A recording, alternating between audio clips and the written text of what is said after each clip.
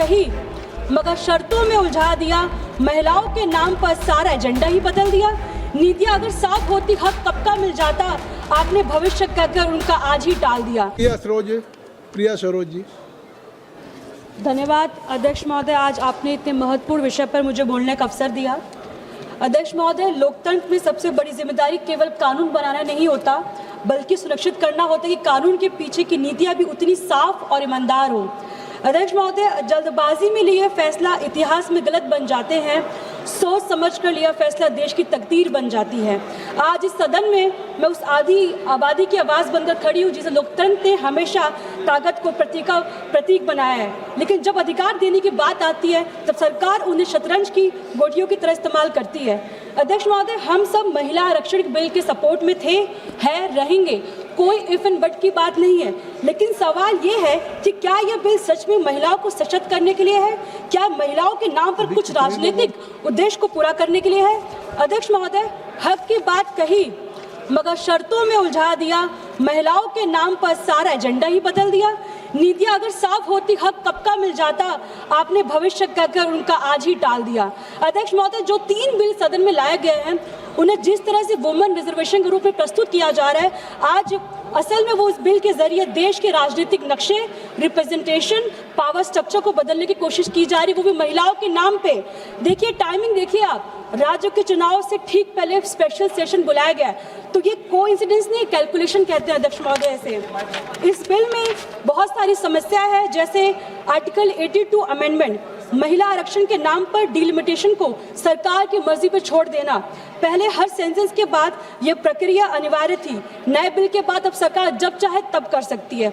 दूसरी बात, पुराने आंकड़ों से नई सीटों तक तय करना रास्ता खोल दिया गया है, यानी 2011 जैसे सेंसस के आधार पर 2029 के चुनाव कराया जाएगा।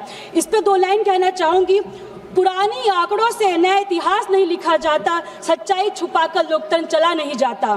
तीसरी बात, लोकसभा की सीट 850 तक बढ़ाने का प्रस्ताव है, इससे कुछ राज्यों का प्रभाव बहुत बढ़ सकता है और क्षेत्र असंतुलन पैदा हो सकता है। चौथा, महिलाओं को तुरंत आरक्षण नहीं दिया जा रहा, उससे डिलिमिटेशंस लिंक किया जा रहा है, यानी अधिकार अभी नहीं मिलेगा, पहले सीटों का नक्शा बदला जाएगा। पांचवा, पूरी प्रक्रिया को निरंतर संसद यानी सरकार के हाथ में है, मतलब सरकार जब चाहे कोई भी सेंसस ले सकती है, कभी भी डिलिमिटेशन कर सकती है, मतलब सरकार अपनी मनमर्जी करेगी। अध्यक्ष महोदय, डॉक्टर भीमराव अंबेडकर ने जब संविधान बनाते समय यह स्पष्ट कह दिया था कि भारत का जो ढांचा वो फेडरल रहेगा, जहां केंद्र और राज्य दोनों की भूमिका संतुलित रहेगी, लेकिन आज जो प्रस्ताव आया है वह उसी संतुलन को कमजोर करने की कोशिश की जा रही है। डिलिमिटेशन के बाद कुछ राज्यों का प्रभाव डिस्प्रोपोर्शनेट तरीके से बढ़ सकता है, जहां इसी तरह उत्तर और दक्षिण का संतुलन और राजनीतिक तनाव भी बढ़ सकता है।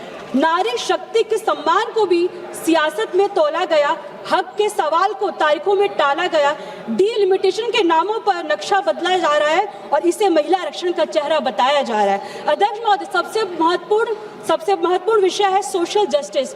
आज देश की लगभग 40% आबादी ओबीसी समुदाय से आती है, लेकिन इस बिल में ओबीसी महिलाओं के लिए कोई स्पष्ट सब कोटा नहीं है। महोदय, हम महिला आरक्षण बिल के खिलाफ नहीं है, लेकिन जो महिलाएं इसमें हर वर्ग की होनी चाहिए, मतलब अगर ये नहीं रहा तो इसका जो फायदा कुछ सीमित महिलाओं को मिलेगा। अध्यक्ष महोदय, इसमें मैं 2 लाइन कहूंगी। आधी आबादी को हक न दो, हक दो, पर उसकी आधी आबादी के भीतर बराबरी भी होनी चाहिए। अध्यक्ष महोदय, मैं ये कहूंगी, सरकार कहती है डिलिमिटेशन के बाद वुमेन रिजर्वेशन लागू किया जाएगा, पर मेरा सीधा सवाल है, अगर आज 543 सीट मौजूद है तो उन पर 33% रिजर्वेशन लागू क्यों नहीं किया जा रहा है? क्या महिलाओं का अधिकार किसी एडमिनिस्ट्रेटिव एक्सरसाइज का इंतजार कराया जाएगा? अध्यक्ष महोदय, हम महिला आरक्षण के खिलाफ नहीं है, हम उसके नाम पे हो रहे अप्रोच के खिलाफ है। अगर आपकी नीयत साफ है तो आप आने वाले चुनाव में 33% रिजर्वेशन लागू कीजिए, डिलिमिटेशन बाद में कराइए, लेकिन अधिकार महिला को पहले दीजिए। अध्यक्ष महोदय, कंक्लूड करे दाम में पहले मैं आपसे कहूंगी कि मैं कहना चाहती हूँ, महिलाओं को बस बोला थी 2 मिनट रुका, महिलाओं को उनका अधिकार किसी वादे या फ्यूचर प्लान के रूप में नहीं, बल्कि आज की हकीकत के रूप में मिलना चाहिए। ये सदन तभी सच्चा लोकतंत्र कहलाएगा जब इसमें हर वर्ग, हर समाज, हर महिला की आवाज़ बराबरी सुनी जाएगी। अध्यक्ष महोदय, मैं आखिरी में बस इतना कहना चाहूँगी, 2023 में वुमेन रिजर्वेशन बिल सरकार और सत्ता ने मिलकर पास किया था, लेकिन अब जिम्मेदारी सरकार के लागू करने की है। मेरा साफ साफ कहना है कि सरकार इसे ईमानदारी से जल्दी लागू किया जाए, बिना किसी राजनीतिक खेल के। सर 2 मिनट कंक्लूड कर रही हूँ मैं। कुल बात आ गई। सर 2 बात आ गई। हक की बात, मैं सर इतना कह रही हूँ, हक की बात है तो उसे आज निभाइए, वादों के पीछे सच और मत छुपाइए। नारी शक्ति के नाम पर खेल खेलना बंद कीजिए, जो वादा किया हक का उसे तुरंत लागू कर दिए। जय भीम, जय समाजवाद।